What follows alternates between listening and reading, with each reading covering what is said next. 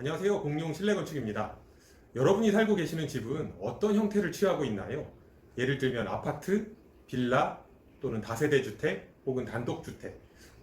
각각 조금씩 다르기는 하지만 그래도 여러분이 살고 계시는 집에 발코니 또는 베란다라고 불리우는 공간이 분명히 존재할 텐데요. 오늘은 이 발코니 또는 베란다라고 불리우는 공간에 대해서 알아볼 텐데 이 공간들이 어떻게 변신하는지 또 그 변신의 죄는 유죄인지 무죄인지 한번 함께 알아보도록 하겠습니다.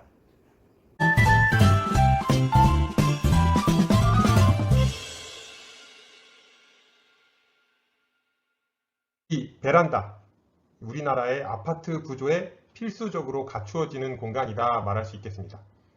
하지만 정작 우리는 베란다를 어떻게 사용하고 있나요? 아파트에 거주하는 대부분의 사람들은 이 베란다를 보일러실, 다용도실과 함께 한데 뭉뚱그려서 그 용도와 활용법을 명확하게 인지하지 못하고 있는 경우가 많이 있는 걸 볼 수 있습니다. 기껏해야 남는 여유 공간, 그래서 살림살이를 수납할 수 있는 자투리 공간 정도로 생각하거나 심지어는 유행에 따라서 베란다를 확장한 후에 활용법을 몰라서 그대로 비워두는 집도 많이 볼 수 있습니다. 그리고 방을 넓히기 위해서 단지 거실을 넓혀서 집의 평수를 넓게 해서 나중에 집 팔을 때 비싸게 받으려고 이런 갖가지 등등의 이유가 있겠죠.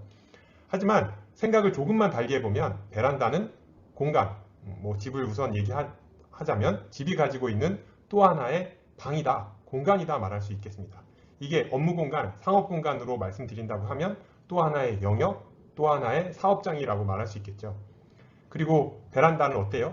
사방이 벽으로 둘러싸여 있는 기존 공간과는 다른 방과는 다르게 양쪽이 창이죠. 한쪽은 외부를 바라볼 수 있고 한쪽은 내부를 바라볼 수 있는 창들로 구성되어 있다는 점이 또 다른 공간과 다르고 그러다 보니 다른 느낌으로 연출할 수 있다는 다양한 가능성을 가진 공간이라고 할 수 있겠습니다.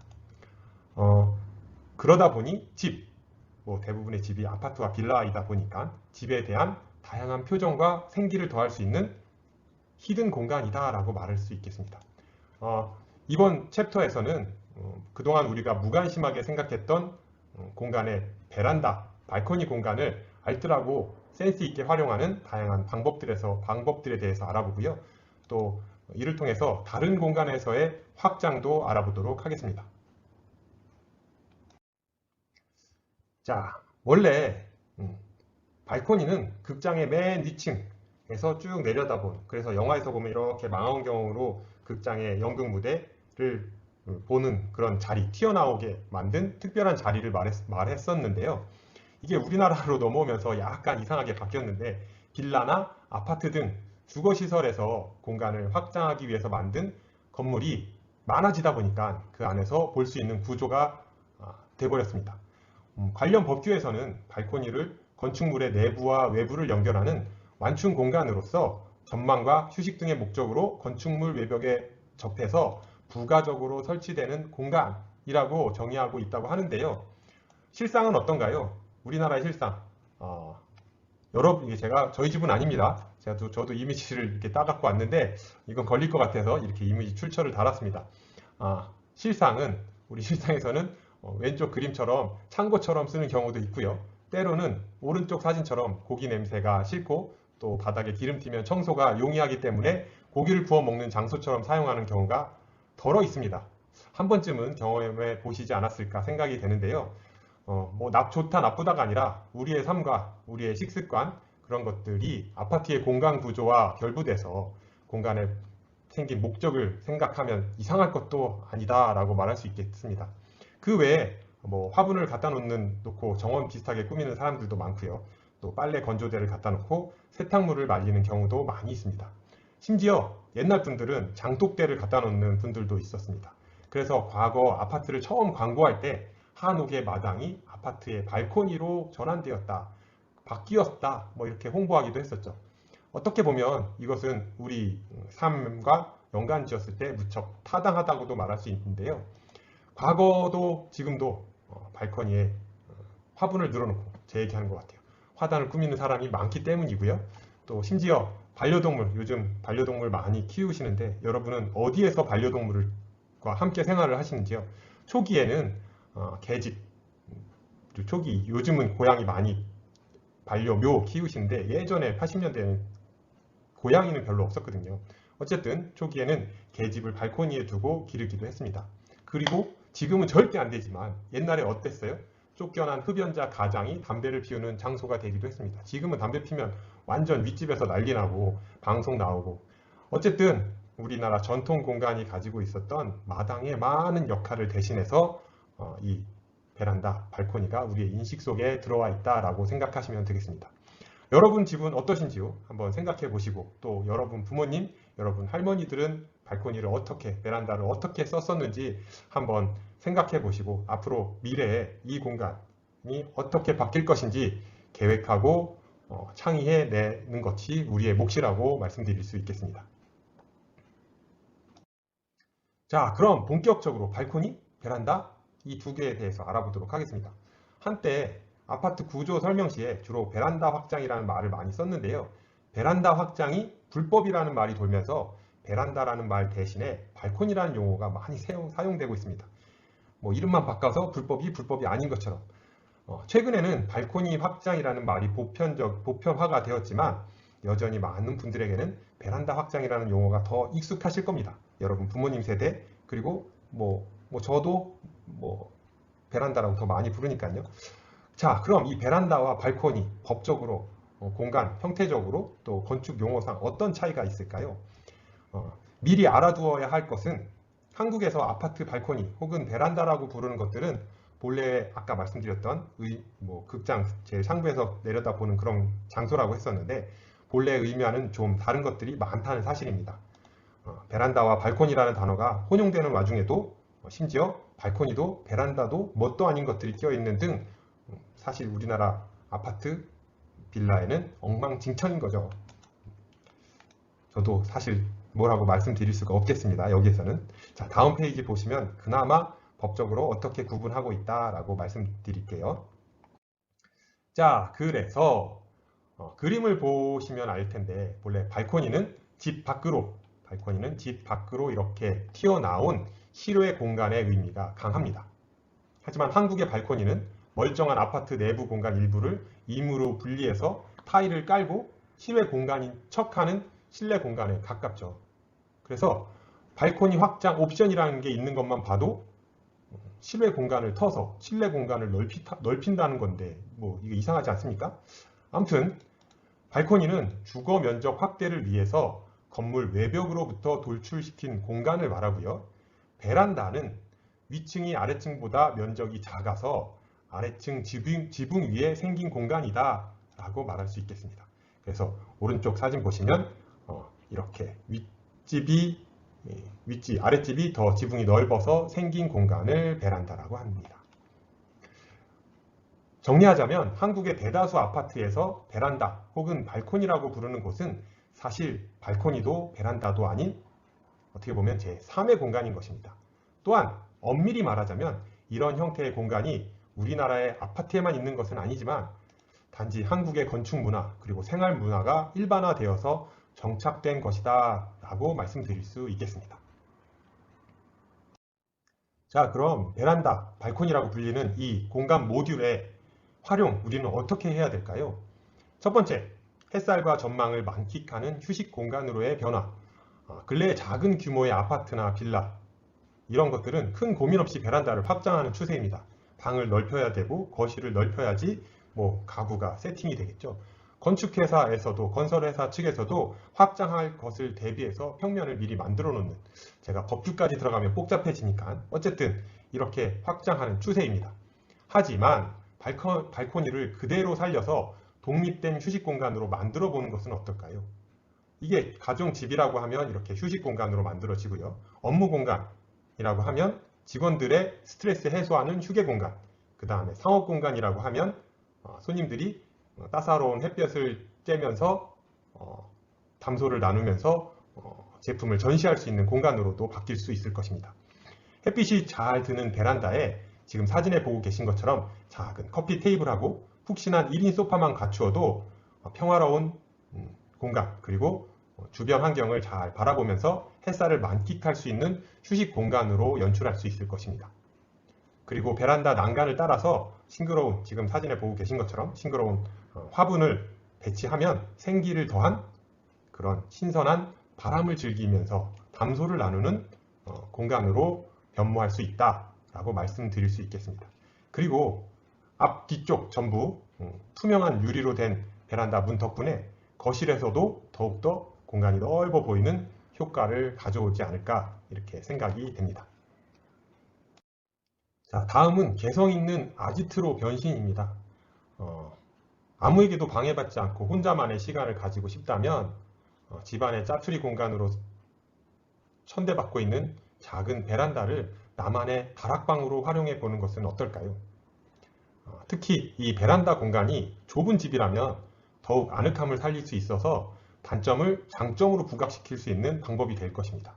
우리 실내건축 디자이너는 이렇게 공간의 단점, 죽은 공간을 이렇게 확 살려내는 능력이 있어야 나중에 성공할 수 있겠죠.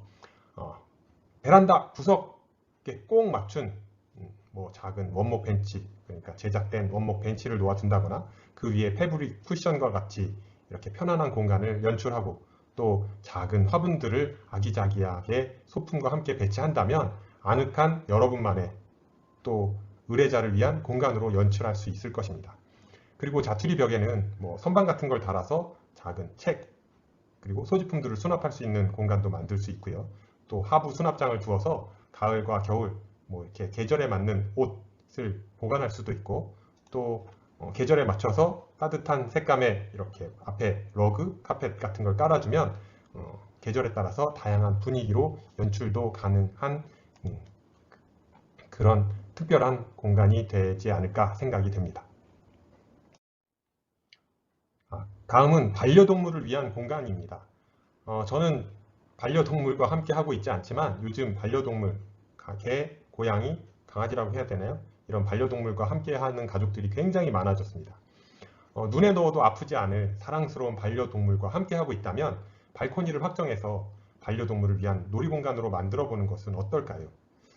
10년 전, 20년 전만 해도 그런 생각 많이 없었습니다. 하지만 세대가 바뀌고 행태가 바뀌고 가족 구성원이 바뀌다 보니 베란다의 역할이 또 생겨난 거고 그러다 보니 이 베란다의 공간 모듈을 반려동물을 위한 공간으로 확장해 보는 그런 생각을 하게 된 거죠. 이렇게 그들을 위한 놀이공간과 더불어서 계획을 하면 거실을 더 넓게 사용할 수 있으니까 어떻게 보면 두 마리 토끼를 잡은 셈이죠. 행복과 반려동물. 어쨌든 지금 사진에 보고 계신 것처럼 허전한 벽면에 원목 선반 같은 거를 두어서 징검다리를 만든 다음에 캣타워 고양이가 다닐 수 있는 공간을 만들고 또 지금 왼쪽 사진에 보고 계신 것은 개나 고양이가 베란다로 자유스럽게 드나들면서도 냉난방 효과를 이렇게 누릴 수 있는 그런 특수 제작된 문이 되겠습니다. 이렇게 이런 뭐 하드웨어를 통해서 공간을 절약하고 또 공간 가족 구성원이 행복해질 수 있는 그런 방법이 되지 않을까 싶습니다. 자, 다음 발코니 공간 모듈 활용, 업무 공간으로 변신. 최근 코로나로 인해서 재택근무나 온라인 수업, 그리고 알게 모르게 집에서 작은 온라인 쇼핑몰이나 스타트업 회사를 운영하는 사람들이 늘어나고 있습니다. 그러다 보니 자연스럽게 홈 오피스에 대한 관심도 크게 높아지고 있는 추세죠. 예전에 뭐 IT 회사 같은 경우 전부 100% 집에서 온라인 근무한다라고 발표했던 회사도 있고요. 아무튼 아파트 내부에 홈 오피스를 따로 만들 만한 여분의 방이 없다면 비워져 있는 발코니 공간 모듈에 시선을 돌려보는 겁니다. 허전하게 비워져 있던 발코니 모듈을 활용해서 1인 기업가를 위한 아담하고 기능적인 업무 공간을 만들 수 있을 것이고요. 또 업무에 집중할 수 있도록 집안 색깔과는 살짝 대조되는 무채색 가구를 통해서 차분한 공간 분위기를 연출하면 주거 공간 안에서 특화된 포인트 공간으로 확장할 수 있을 것입니다. 혹시 알아요? 스티브 잡스가 차고에서 처음 애플 컴퓨터를 만들어냈던 것처럼 이 발코니가 더 유명해져서 스타트업 공간으로 만들어질지요. 여러분이 계획하고 계신 비워진 공간에 제2의 스티브 잡스, 한국의 스티브 잡스를 위한 특화된 공간을 계획해 보시는 건 어떨까요? 자, 다음은 다이닝 룸으로 변신입니다. 발코니가, 베란다가 이렇게 바뀌어도 되는 겁니까? 뭐 누굴 따라했는데 어색하죠. 자, 발코니를 활용하면 지금 보고 계신 것처럼 근사한 다이닝룸 공간을 맛보실 수도 있는 것입니다. 뭐 굳이 주방에서 먼데 음식물 요리해서 여기까지 가지고 와서 여기서 식사를 해야 되나? 이렇게 생각할 수도 있는데 이런 의구심이 들 수도 있지만 만약에 이 발코니에 앉아서 보이는 외부 풍광이 너무 좋다면 그리고 외부에서 우리 집이 들여다 보이지 않는 프라이버시가 많이 보장되는 앞에 건물이 없어서 그런 공간이라고 하면 이 발코니가 가진 전망을 생각한다면 굳이 그 이유를 어렵지 않게 짐작할 수 있을 것입니다. 음식을 먹기만 하는 것이 아니라 오감으로 식사 시간을 즐기는 것이죠. 그래서 눈앞으로 시원하게 펼쳐지는 파노라마 전망을 감상하면서 식사를 즐기면 기분도 맛도 배가 될 것입니다. 뭐 도심에서는 조금 불가능할 수 있겠지만 조금만 외곽으로 나간 주거 주택이라든지 외곽 쪽에 위치한 아파트라면 경치가 좋다면 산을 끼고 있다면 강을 끼고 있다면 바다를 끼고 있다면 충분히 도전해 볼 만한 디자인이라고 생각을 합니다. 여러분의 공간 사이트가 어디냐에 따라서 발코니의 계획도 달라져야 할 것이죠. 업무 공간의 계획도 달라져야 할 것이고요. 상업 공간의 계획도 달라져야 할 거라고 생각이 됩니다. 아무튼 이렇게 발코니 혹은 베란다를 여러분의 공간 특성에 맞게, 위치에 맞게 계획해 보시는 걸 추천드립니다. 자, 다음 발코니 공간 모듈의 변신은 무죄. 너는 대중탕 가니? 난 집에서 즐겨 라고 제가 써놨는데 목욕을 정말 너무 좋아하신다면 물속에 들어가시는 걸 너무 좋아하신다면 뭐 그런 분들 꽤 있습니다. 그래서 발코니와 욕실의 조합 과연 가능할까요? 뭐 관리만 제대로 하신다고 하면 얼마든지 가능할 것 같습니다. 그래서 굳이 뭐 아이들을 키우는 집이라고 하면 굳이 작은 수영장을 가거나 또 저 멀리 휴가를 떠나지 않아도 집에서 부담 없이 물놀이를 즐길 수 있고 건강욕을 즐길 수 있고 또 발코니를 통해서 보여지는 외부 풍광과 함께 건강한 목욕을 즐기시고 싶다면 이렇게 발코니를 조금 더 특별하고 의미 있는 공간으로 만들 수도 있을 것 같아요. 뭐 무한 변신인 발코니이지만 뭐 일반화되어 있지 않은 건데 이렇게 일반화된 것처럼 제가 설명을 하고 있네요. 어쨌든 이렇게 발코니를 좀 더 특별하고 의미 있는 공간으로 개조할 수 있다, 계획할 수 있다라는 걸 말씀드리고요. 이와 같이 개인이 선호하는 행위, 동작, 뭐 이런 것들을 공간에 잘 조합시켜서 그 공간 모듈을 어떻게 활용하느냐가 디자이너에게 굉장히 중요한 요소라고 말할 수 있겠습니다.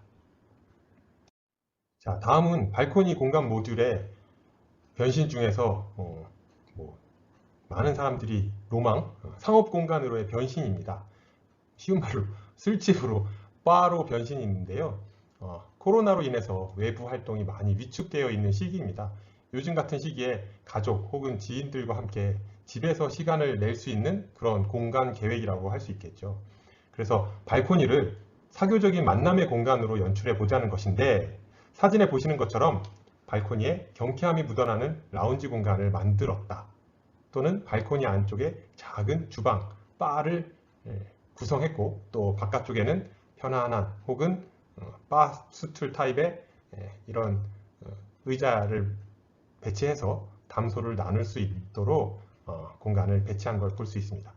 집이라 더욱 프라이빗하면서도 영화 속에 나오는 것 같은 근사한 라운지 느낌을 동시에 느낄 수 있어서 가족과 지인들의 발걸음이 끊이지 않을 것 같은 그런 공간입니다. 뭐 단점이 있다면 뭐 알코올로 인해서 살이 좀 찐다라는 거, 그 다음에 주방만 청소하기도 바쁜데 발코니도 또 청소를 해야 되네. 뭐 제 개인적인 생각으로는 그렇습니다.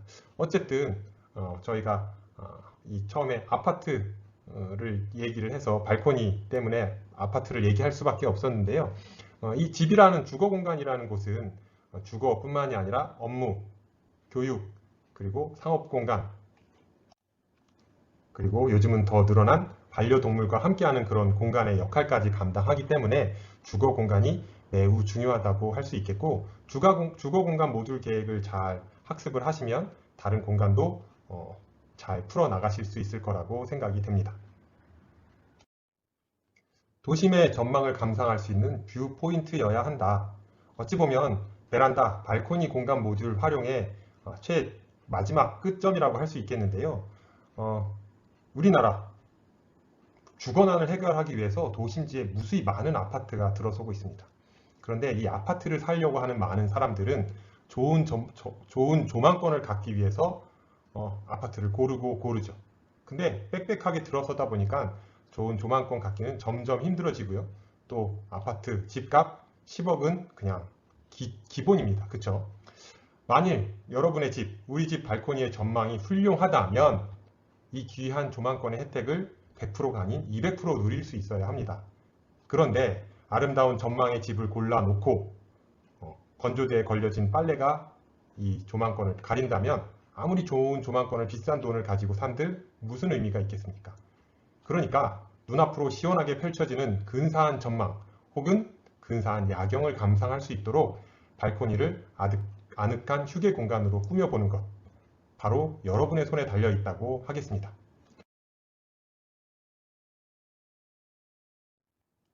지금까지 우리는 발코니, 베란다라고 불리우는 공간에 대해서 살펴봤습니다. 결론은 무언가요? 결론은 빛을 받는 공간, 빛이 들어오는, 빛이 전파하는 면, 외부 환경이 보이는 공간이라고 할 수 있겠습니다. 왜 우리가 그런 공간을 좋아하는지. 이처럼 빛은 물리적 특성으로 공간을 밝히는 가장 기본적인 건축 요소의 의미뿐만 아니라 건축 공간의 구성 요소들인 공간의 형태, 구조, 재료, 질감, 색감, 색채 등을 아주 자유자재로 다루는 아주 그것들과 밀접한 관계를 맺고 있고요. 또 이것들과 합쳐져서 복합적인 성향으로 나타나고 있습니다. 빛은 물체하고 달리 어떠한 형상이 있는 것이 아니지만 비워져 있는 건축 공간을 채움으로써 그 실체를 드러낸다고 할 수 있겠고요. 또 과거에서 지금에 이르기까지 이런 빛을 우리 공간에 드리려고 하는 것, 우리의 모든 활동과 상황 속에서 깊숙이 스며들어 있다라고 말할 수 있겠습니다. 티나지 않게 말이죠. 또한 빛은 건축을 하는 데 있어서 실내 건축 디자인을 하는 데 있어서 유일하게 변화하는 요소입니다. 시간에 따라서 한낮, 밤에 따라서 빛이 달라지는 거죠. 이처럼 건축은 언제나 내부와 외부가 빛으로 인해 존재되어지고요. 그래서 공간에 들이는 빛은 사용자가 지각할 수 있는 공간의 형상들에서 매우 필수적인 거라고 할 수 있겠습니다. 우리가 남향, 발코니를 계획하고 발코니를 개조하려고 하는 이유는 바로 공간에 빛을 어떻게 들이느냐라고 개인적으로 말씀드리고 싶습니다. 오늘 어떻게 작다고 하면 작고 크다고 하면 큰 발코니와 공간 모듈에 대해서 배웠는데요. 많은 도움이 되셨으면 합니다. 이것으로 마치도록 하겠습니다.